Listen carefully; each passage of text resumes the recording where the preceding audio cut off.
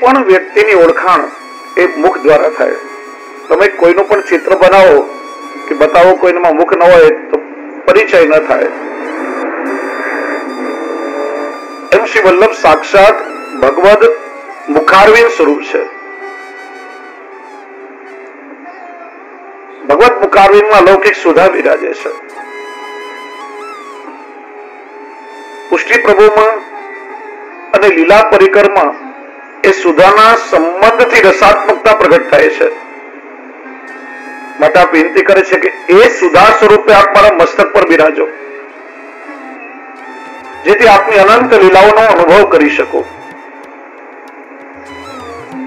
બીજું નામ બતાવ્યું શ્રી વૈશ્વાનર। વૈશ્વાનર એટલે અલૌકિક અગ્નિ સ્વરૂપ, તાપાત્મક, જે વિરાત્મક સ્વરૂપ છે। એ સ્વરૂપના આશ્રયથી જ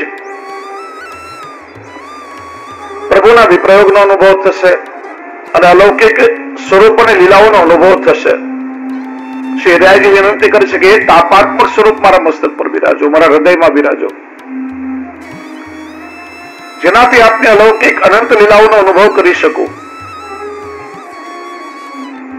ત્રીજું નામ બતાવ્યું વિભુ। વિભુ એટલે કર્તુમ અકર્તુમ અન્યતા કર્તુમ, જે સર્વ સમર્થ છે,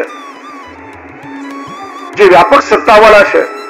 સર્વોત્તમજીમાં નામ આવશે ત્યારે આપણે વિસ્તારથી ચર્ચા કરશું। જેનામાં સર્વ સામર્થ્ય છે।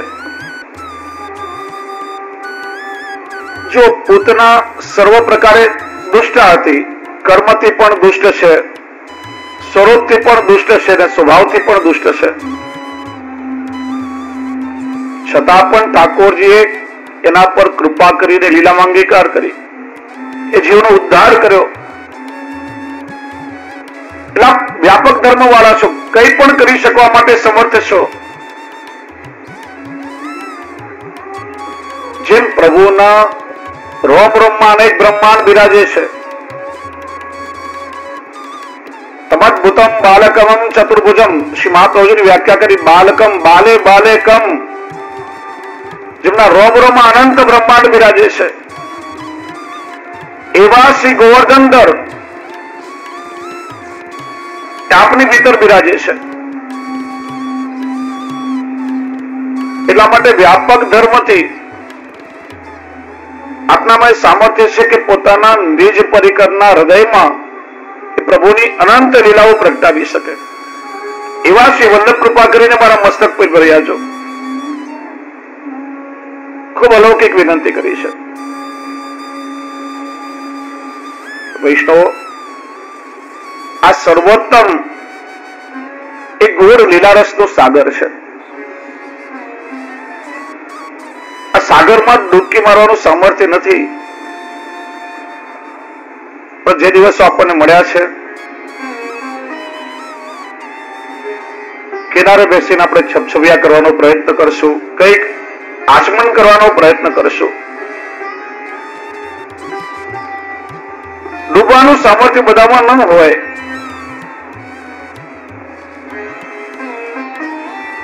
શ્રી વલ્લભની કૃપા થાય, એક જીવ લીલારસના અગાધ સાગરમાં ડૂબી શકે અને શ્રી વલ્લભના ચરણારવિંદમાં આપણા ચિત્તને પરોવી શ્રી વલ્લભના ચરણ કમલનું આપણે ધ્યાન ધરીએ। ચરણ લગ્યો ચિત્ત મેરો, શ્રી વલ્લભ ચરણ લગ્યો ચિત્ત મેરો। કેમ કે શ્રી વલ્લભ અને શ્રી વિઠ્ઠલ બંને એક જ સ્વરૂપ છે। જો ગુસાઈજી પ્રભુ ચરણે 3 સ્તોત્રમાં શ્રી વલ્લભનું સંપૂર્ણ સ્વરૂપ પ્રગટ કર્યું છે। સર્વોત્તમ સ્તોત્રમાં આપના 108 અલૌકિક નામ, વલ્લભાષ્ટકમાં આપના અષ્ટવિધ સ્વરૂપ અને સ્ફુરત કૃષ્ણ પ્રેમામૃત, આપણે જેને સપ્તશ્લોકી કહીએ છીએ, એમાં શ્રી વલ્લભનું સંપૂર્ણ 6 ધર્મ અને ધર્મી સ્વરૂપ, એમાં શ્રી વલ્લભના ગુણ પ્રગટ કર્યા છે। આ 3 સ્તોત્રનું જયારે અવગાહન કરીએ ત્યારે સંપૂર્ણ રૂપે શ્રી વલ્લભનું નામ, રૂપ, ગુણ, લીલા આ બધું આપણા હૃદયમાં સ્થિર થાય. શ્રી ગોસાઈજી પ્રભુચરણની વાણીમાં જ આપણે સર્વોત્તમજીને સમજવાનો પ્રયત્ન કરીએ. જો આપણે પૂજ્ય શ્રી પહેલા જ આજ્ઞા કરી કે સાંભળવું અને રસપાન કરવું આ બંનેમાં ફરક છે. સાંભળવાની ક્રિયા આપણે આખો દિવસ કરતા હોઈએ છીએ. ઘણું ઘણું સાંભળવાનું હોય સાંભળીએ અને ના સાંભળવાનું હોય સાંભળતા હોઈએ. આ તો અલૌકિક રસનો સાગર છે ને રસપાન કરવું એક કર્ણ દ્વારા અંતઃકરણમાં જયારે ઉતરી જાય. જેમ આપણે કહ્યું કે વરસાદ વરસતો હોય, એક બાલ્કનીમાં ભરીને જોયા કરે અને એક વરસાદમાં ભીજાવાનો આનંદ લેતો હોય. ઘણા વૈષ્ણવ વિચારે કે યુટ્યુબમાં સાંભળી લેશું, લાઈવ આવી રહ્યું છે. શ્રવણ ક્રિયા ઘરે બેસીને થઈ શકે, કેમ કે ઘણા બધા લૌકિક કામ હોય, પણ જેને રસપાન કરવો હોય ને એને તો અહીંયા સન્મુખ સાનિધ્યમાં જ રસપાન કરી શકે, ભીજાઈ શકે.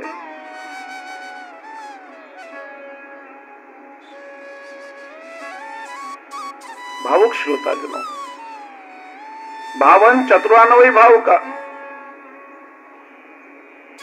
જે રસપાન કરે એના હૃદયમાં ભાવની તરંગો જાગે. ભક્તના હૃદયમાં પણ અનેક ભાવની તરંગો, લહેરો જાગતી હોય છે. ભક્ત એ ભાવુક છે. જેમ ભાગવતજીના મંગલાચરણમાં કહ્યું, પીબત રસમાલયમ મોહરો રસિકા ભોવી ભાવુકા. રસિક જનો છે, શ્રોતાજનો છે, એ જ અમૃતનું પાન કરી શકે.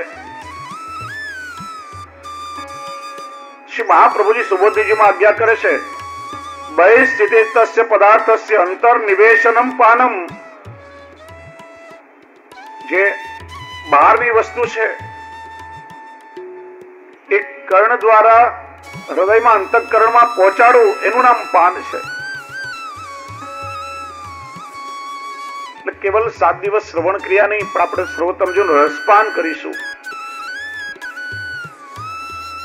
શ્રી વલ્લભના ચરણારવિંદની ભક્તિ દ્રઢ થાય. અને એટલા માટે શ્રી હરિરાય ચરણ પણ આજ્ઞા કરે છે, કરીએ શ્રી સર્વોત્તમ રસપાન. શ્રી હરિરાય ચરણ નો આ દોડ છે, કરીએ શ્રી સર્વોત્તમ રસપાન. જ્યારે જ્યારે વૈષ્ણવ સર્વોત્તમ સ્તોત્રનો પાઠ પણ ઘરમાં કરતા હોય ત્યારે કેવલ પાઠ નહીં પડે, સર્વોત્તમજીનું રસપાન આપણે બધા કરીએ છીએ. અને આ સર્વોત્તમ કેવું છે, કરે પ્રશંસા કો કવિ એસો શ્રીમુખ કરત વખાન. કરીએ શ્રી સર્વોત્તમ રસપાન. શ્રી મહાપ્રભુજીનું સ્વરૂપ અહીંયા જે નામ અને લીલા પ્રગટ કર્યા છે, જેમાં આપણે આજ્ઞા કરીએ હમણાં, અન્ય કોઈ પદાવલી મૂકી નથી. સ્તોત્રના માટે કહ્યું સર્વોત્તમ. આ સર્વોત્તમ શબ્દમાં જ ઘણા બધા ભાવ સમાયેલા છે. કારણ કે સર્વમાં ઉત્તમ એવા શ્રી વલ્લભના ગુણગાન એમાં રહેલા છે. પ્રશ્ન થાય કે શ્રી વલ્લભને સર્વોત્તમ કેમ કહ્યા? શું શ્રીનાથજી સર્વોત્તમ નથી? શું શ્રી ગિરિરાજજી સર્વોત્તમ નથી? શું શ્રી યમુનાજી સર્વોત્તમ નથી? શ્રી વલ્લભને સર્વોત્તમ કેમ કહ્યા? જો શ્રીનાથજી ઉત્તમ છે, શ્રી યમુનાજી ઉત્તમ છે, શ્રી ગિરિરાજજી ઉત્તમ છે, પણ શ્રી વલ્લભ સર્વોત્તમ છે કેમ કે આ બધા જ સ્વરૂપ શ્રી વલ્લભના સ્વરૂપમાં બિરાજે છે. અને પ્રસંગ પણ આપણે શ્રવણ કર્યું, દામોદરદાસ સરસાનીજીના ચરિત્રનો આ પ્રસંગ છે.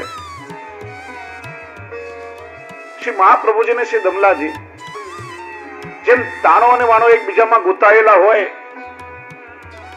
એમ શ્રી વલ્લભનું અને દમલાજીનું હૃદય બંને એકબીજામાં પરોવાયેલું છે. દમલાજીએ પ્રગટ કર્યું કે શ્રી વલ્લભ સર્વોત્તમ છે. પ્રસંગ આપ સૌ જાણો છો. જતીપુરામાં સુંદર શિલાના જે બેઠક જે છે ત્યાંનો આ પ્રસંગ છે.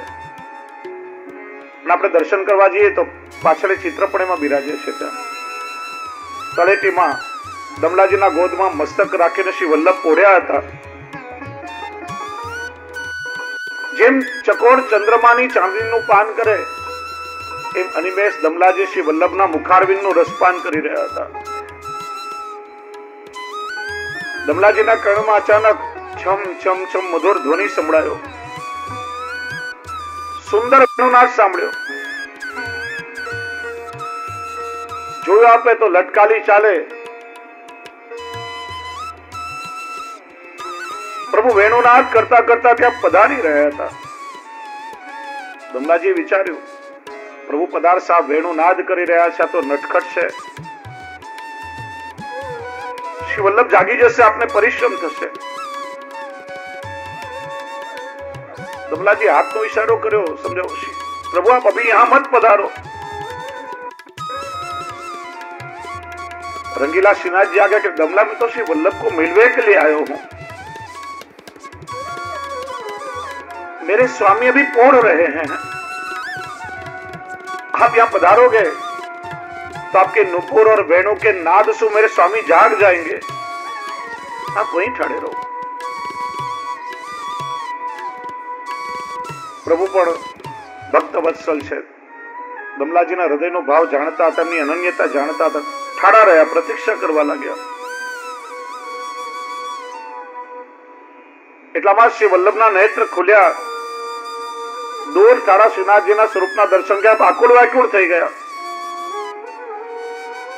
શ્રી વલ્લભ દોડ્યા ને શ્રીજી બાવાને ગોદમાં ઉચકી લીધા. સ્નેહથી બંને કપોલ પર પોતાનો હસ્ત ફેરવી પૂછ્યું, કૃપાનાથ आप इतनी देर क्यों ठाड़े, इतनी दूर क्यों ठाड़े रहे? आप मेरे पास में पधारते, आप मुझको जगाते,